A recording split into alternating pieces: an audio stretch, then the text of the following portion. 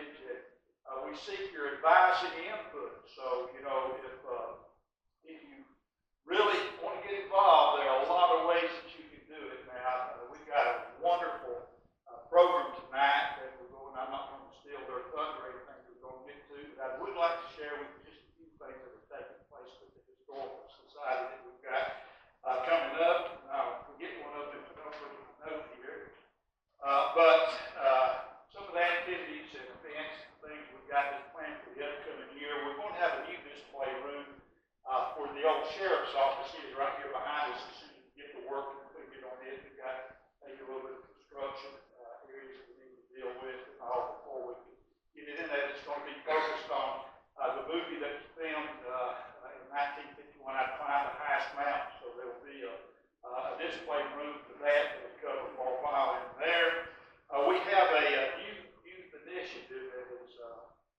we're really excited about. We had a Taste of History fundraising event last year and raised a little over $15,000 for the Historical Society. And one of the things we want to do is a new historical youth project where we engage our young people, the next generation, to get them excited and involved in taking care of our history. And so that's a big project that we've got moving forward. Also, we now have the ability to stream our meetings and special events over Facebook Live and also on YouTube. And if you've not subscribed to our Facebook Live channel, we've just achieved that. You've got to have 100 subscribers before you can get your channel. We've got 102 subscribers. That's what we need everybody to go home if you haven't subscribed to the Facebook Live. It just helps us keep that number. That makes our meetings available to the sick, to the shut-in. Now, we don't want you to stay at home if you're able to climb those stairs and get up here. We want you to come to the meetings in person. But if you're not able to be here, it is an opportunity for you to go back on the YouTube channel. You can actually go back and pull it up and look at previous meetings. So we do encourage you to make use of that. Harrison, tell us where to go for what they need to put in. White County Historical. Yeah, White County Historical Society. Thank you. I don't need Facebook either. I'm not saying. I don't know exactly how to do that stuff.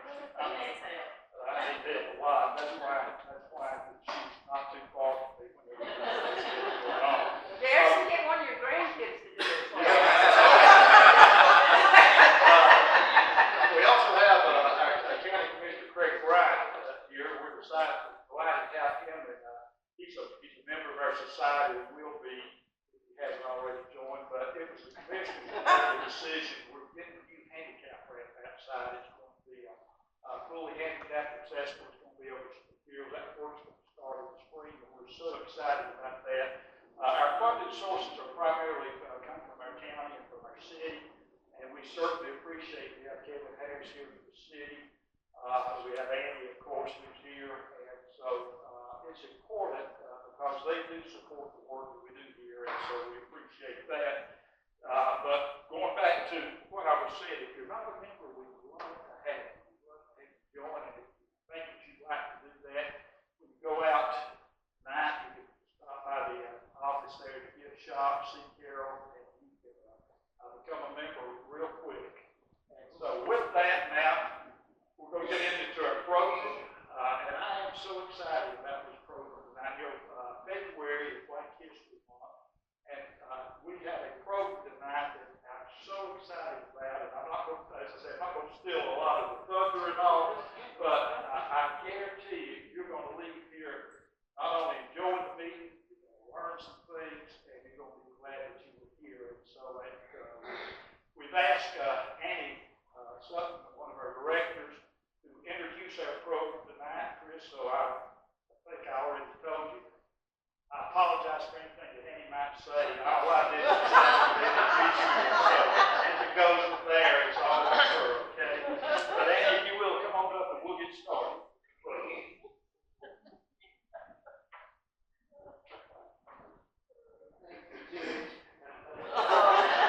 I'm going to call him the judge tonight because he may be the one that reduces my sentence. Who knows?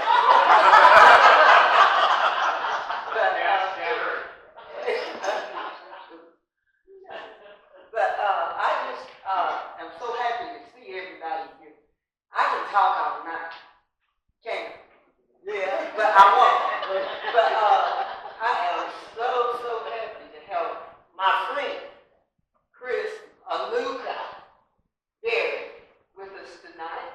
He grew up among the pine trees and cotton fields of rural South Carolina.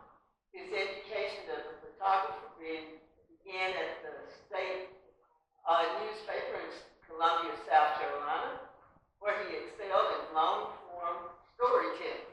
Well, I can tell him a lot. His upbringing in the South by his white mother and black father made Aluka sensitive to questions of racial representation and continues to inform where he directs his lead. He has worked in the South as an award-winning documentary photographer for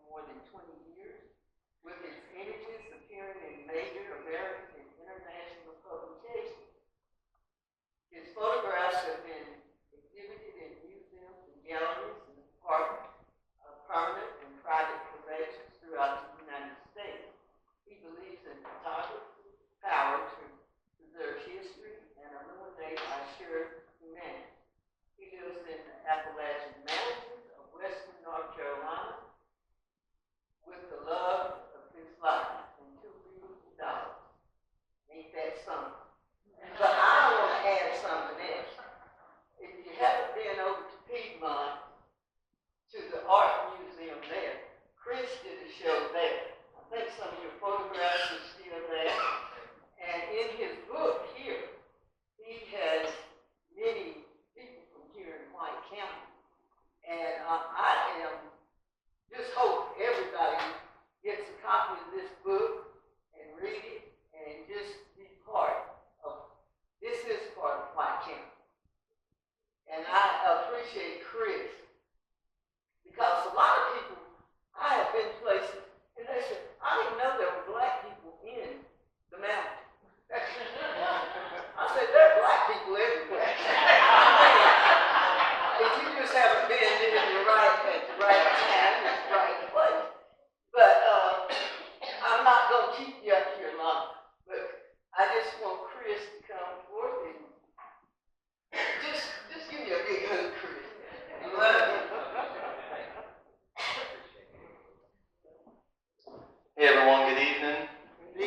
How are y'all doing? If everyone could give the person next to them a nice hug, smile, handshake, something to let them know you are happy they are here. You're happy they are alive.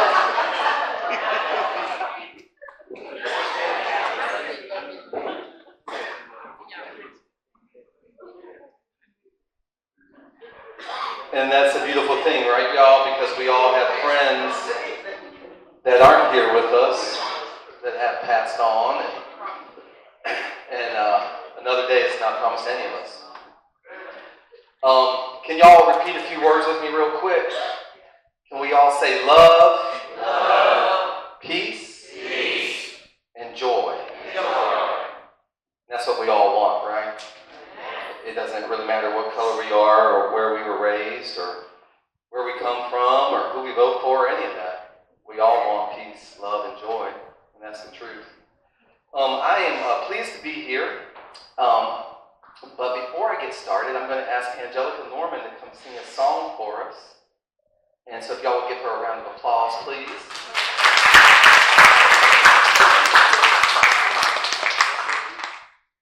That's my niece now.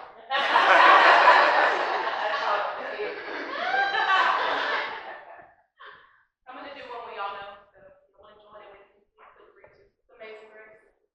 Should we stand? Sure.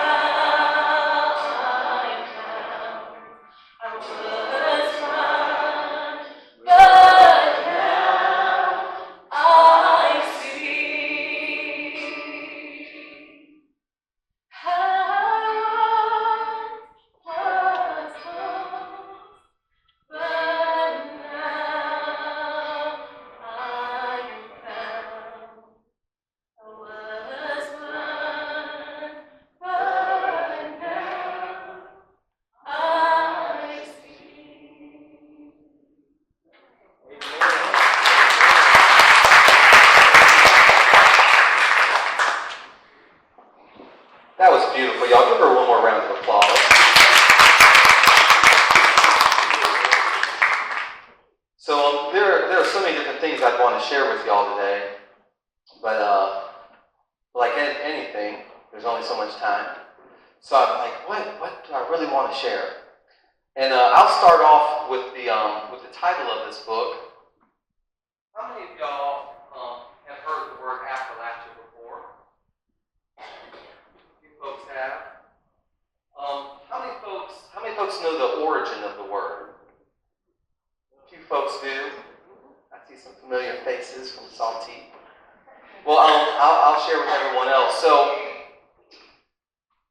does anyone know the definition of Appalachian? If you look in the dictionary, the definition of Appalachian refers to the Scottish, Irish, and German immigrants that have made these mountains home for hundreds of years. Well, there's a gentleman by the name of Frank X. Walker, and Frank is a black gentleman that lives in Kentucky. He actually is a professor at the University of Kentucky, and he was the first African-American poet laureate in Kentucky. And back in the early 1990s, he had some friends, and they would all get together on campus, and they would write poetry together. And Frank looked up the word Appalachian, and he said, well, I'm not Scottish, and I'm not Irish, I'm not German, but my people have been here for hundreds of years too. What about us? So he went home that night, this is the way I understand the story, he went home that night and wrote a poem and invented the word Appalachia. And now if you go into the dictionary, you will find that word. And it refers to folks that are of African heritage who call the Appalachian Mountains home and that reside in these mountains. And let me just say this real quick. I know we have some historians in the room. I am not a historian. I am a photographer that's learned a few things along the way. Now, I did hire a historian, Dr. Maya Serdam, to write the historical essays in this book. And I did hire Kelly Elaine Navies to write the poetry in this book. And Kelly Elaine Navies is an oral historian at the African American Smithsonian in Washington, D.C. So I was able to bring some people alongside me because, any good work, any building built, anything requires, collaboration and teamwork. And that's really what this book is. One thing that I learned from a gentleman, there's a few books that really inspired this book.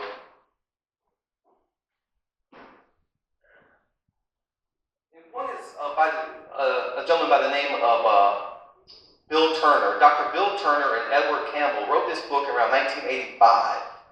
And it was one of the first books highlighting the African American experience in the mountains. And I'll tell you what, I wonder how many of y'all know this. When do y'all think the first Africans came into the Appalachian Mountains? Does anyone have an idea? Any guess? What's that? That's a good guess. That's a good guess. The 1500s. Around the 1540s. So that's kind of wild when you think about it, that Africans were in these mountains before the Scottish or the Irish or the Germans.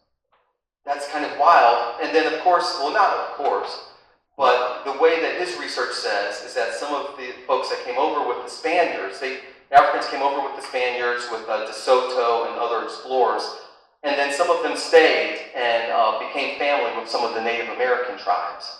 And that would be no surprise to any of us, and I know a lot of us in this room have Native American blood in us somewhere. Another book that highly inspired me was Ann Miller Woodford. Ann lives in Andrews, North Carolina. If y'all are interested in Black history in the mountains, and you had to choose between my book or Ann's, I'd almost say choose Ann's book, really. It has so much information in it, and she tells so many stories going way back. And if y'all want to bring somebody in to do another presentation on Black history in the mountains, Ann would be a great person to consider. She's a beautiful woman, and she's like a sister to me. How many of y'all, I like to ask questions. I think it's the journalist in me. I was a journalist for a while. I don't really claim to be a journalist anymore, though. How many of y'all have been to the Rock Springs camp meeting? Got a few folks. Got a few folks up here. If you are a member of the Rock Springs camp meeting, if your ancestors helped establish that place, would you please stand up for me so we can recognize y'all? Mr. Cecil, that's you. Myra, anyone else? That's right, Gucci. A big reason why I did this book, and I'll tell y'all the truth, I was raised in South Carolina, like Andy said, and you can't tell from looking at me, but my father is Black and my mother is white. And so but for the most part, I was able to live my life as a white man, which is pretty interesting. But the KKK burned a cross in our front yard when I was a kid in South Carolina. And I remember the cops pulling my dad over and trying to arrest him because they thought he had kidnapped a little white boy. And but growing up, I experienced persecution from the black communities and the white communities. A lot of people just couldn't understand, and this was in the early 80s. Wasn't biracial families and things weren't as widely accepted back then. But when I became a photojournalist and I learned the power of the photograph, we all know how powerful photographs are, right? I mean, it's where we get so much of our histories from and our identity, right? One beautiful thing about photography is not only is photography a historical document by nature, and a photo we take today with our cell phone 100 years from now is a piece of history. Tonight is a piece of history. But we can look at a photograph of someone that doesn't look like us, someone that doesn't believe what we believe, but we can see ourselves in that photograph, in that person. And so our shared humanity, and that was one of my main reasons for wanting to do this book. First and foremost, I'll be honest with y'all, I was completely ignorant to black history and culture in the mountains growing up in South Carolina. Now, I had been coming and hiking and camping in the mountains ever since I was a kid, but I never saw black folks. I never did, unless you went into Asheville. You know, if you went to Asheville, you might see a few black folks here, but for the most part, in the rural areas, I never saw that. And I had a friend of mine about 10 years ago told me that she had a girlfriend whose grandmother was a black woman that lived in the North Georgia mountains, and told me how she would work with the herbs, and she made different remedies for the family and lived off of the land. And that is when my journey began, trying to find out about communities in the mountains. I'm pleased to say that this photography book is the first photography book to honor the black communities in southern Appalachia. And like Andy said, like if y'all live here, then it's just as commonplace, right? Because folks grew up together and people know each other and people know different people's families. But if you get outside of the mountains, a lot of people have no idea. I have all kinds of black friends and white friends that don't live in the South, and they have no idea. When I started telling them I was working on this book, they were like, exactly what you said. But it is a rich history and culture, and of course, we've all heard the story that folks have been enslaved. We've all heard the story that folks were hard workers and all those different things. But there's other stories that we never heard in high school or college. And those are some of the stories that I wanted to highlight in this book as an effort to, just add a little something to the history books. I have this picture up because Mr. Cecil Dorsey was one of the first persons to become friends with me in White County. When I first met Mr. Cecil at the camp meeting, he drove me all around and showed me where his family had owned land and where he would hunt and where they would pick fruit and just everything else. And he was just very kind to me, and I'm so happy he could be here tonight. I'm going to back up and then I'm going to move forward and come back to the camp meeting because I want to make sure that we touch on that even more. But this is a photo of a gentleman by the name of Deacon B.C. Mance. Deacon Mance was 103 years old when I made this photograph. And when y'all are looking in the book, and even if you don't buy the book, please come take a look at it. And if you decide not to buy it tonight, you can get it at Amazon or Barnes & Noble. If you go to the African American Smithsonian in Washington, D.C., you can buy it there too, which is pretty cool.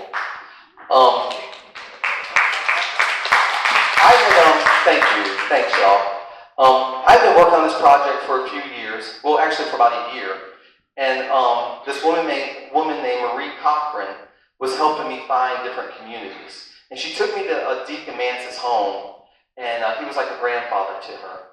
And I was taking some photos of Deacon Mance. I was trying to do some portraits of him, although I'm not a portrait photographer. There's only one portrait in the whole book, and that's the one that y'all already have seen with Mr. Cecil. But as I was photographing Deacon Mance, in just a moment joking with me, he pulls his handkerchief up and takes it down. And he says something like, hey, you've taken enough pictures, let me take your picture. And if any of y'all know folks over 100 years old, almost everyone over 100 years old has a good personality. They have a sense of humor. You don't make it that far without a sense of humor. Anyhow, I didn't even know if this photo was in focus. I mean, it was one of those things that happened just so fast. And when I got home and I was going through all my photos, and this photo really stood out to me.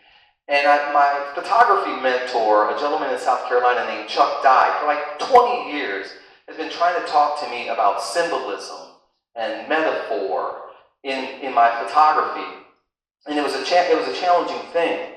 But when I looked at this photo, the veil became a metaphor to the black communities in Appalachia. Because so many of the communities have not had their histories documented and preserved.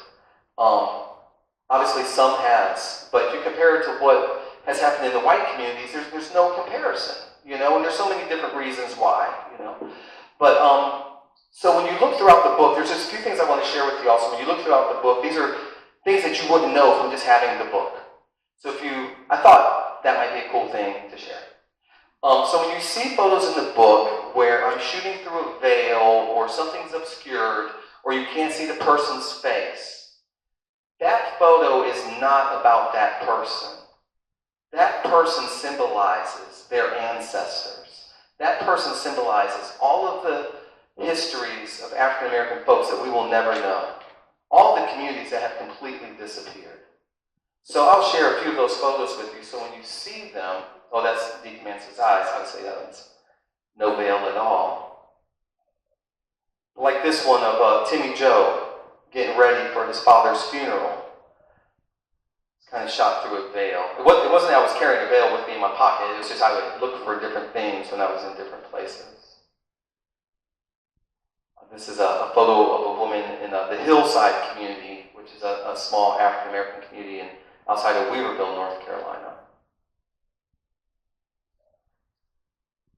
This is a young man in the community of Texana, North Carolina, which I hope I can share that story with y'all.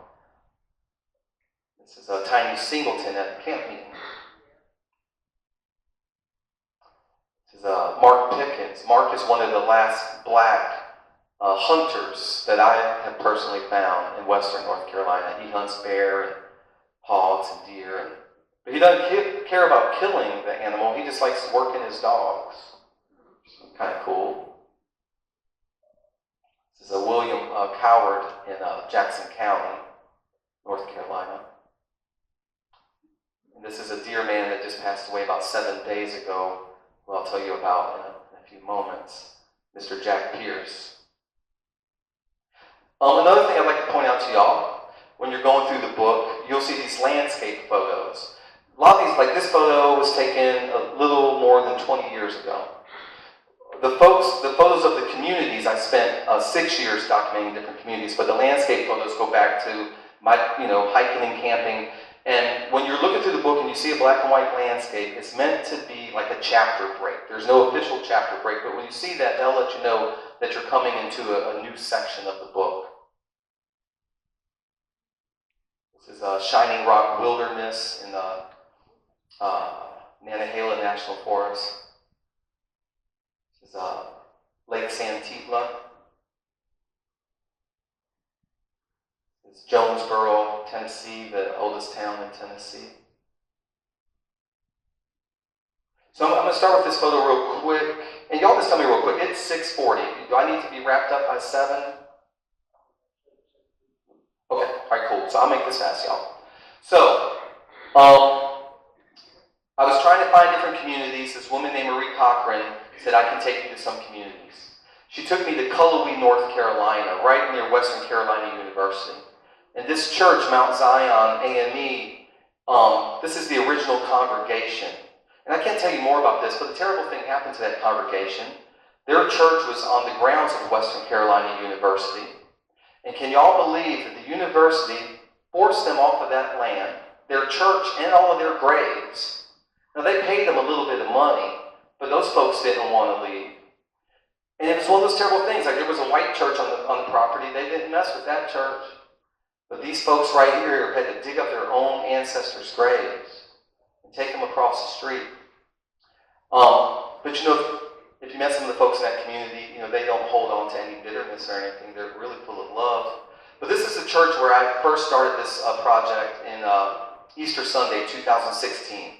And unfortunately, this church, like many churches, and it's not just the African American thing, it's a white thing too. We all know that many churches are dying. We've all seen it happen. This church, unfortunately, doesn't hold services anymore. But when I came in to photograph, there was one person attending Bible study. And y'all know that's a sin, right? Just one person at Bible study. But about a dozen people made it to church that Easter Sunday. And everyone told me you need to meet Miss May Louise Allen. She's the matriarch. Her family had owned the entire mountainside. A lot of that land has been sold off to Western Carolina.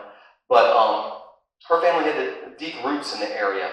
And I saw this beautiful woman in a red dress getting out of the car, and I thought that must be May Louise Allen. So I ran around to the back of the church, and this is what I saw. Miss May Louise being carried in by the deacon and the pastor, and obviously they don't have a ramp and all that. But they brought Miss May Louise in, and the only time that her and her sister ever saw each other, because one of them lived in an assisted living, and Miss May Louise still lived at home, was at church. And her sister came over and just gave her a nice kiss on the forehead, and you could just feel the love between these women. And I asked Miss May Louise if I could come back in about a month, because at the time I was living in Tucker, Georgia. And I asked her if I could come back in about a month and spend time with her and interview her. And she made me feel like her grandson. She called me honey, and she was like, "Yeah, honey, you can come back anytime you want to." And it was I just felt this love. She was, you meet some people that are just full of love. And she was one of those people, like a true Christian woman. And sadly enough, about 19 days later, I got the call that Miss May Louise had passed away. And that really struck me, y'all, because I found out that, wow, there had been a whole black community here that you wouldn't have known about, and it's disappearing, it's dwindling. And some communities are standing strong. Like Hood Street standing pretty strong, I know it's not what it used to be, but in comparison to other communities, like where Miss May Louise Allen lived, only her grandson is there, and I don't know how long that man will be there. So that was early on in this story, and that's when every time I went to a new community, I always started the church, because that's where people still gather. It's still a community center for many communities. And I'd always start with the elders, and I would record them. And as you go through the book, there are these little passages called Voices from Appalachia. Mr. Dorsey's in there, Miss Betty Jenkins is in there. A lot of folks' voices are in there, and that's what really brings the book together. I'm going to tell y'all a quick story about East Tennessee. So, there was a gentleman by the name of Jack Pierce. Mr. Jack Pierce just passed away 7 days ago.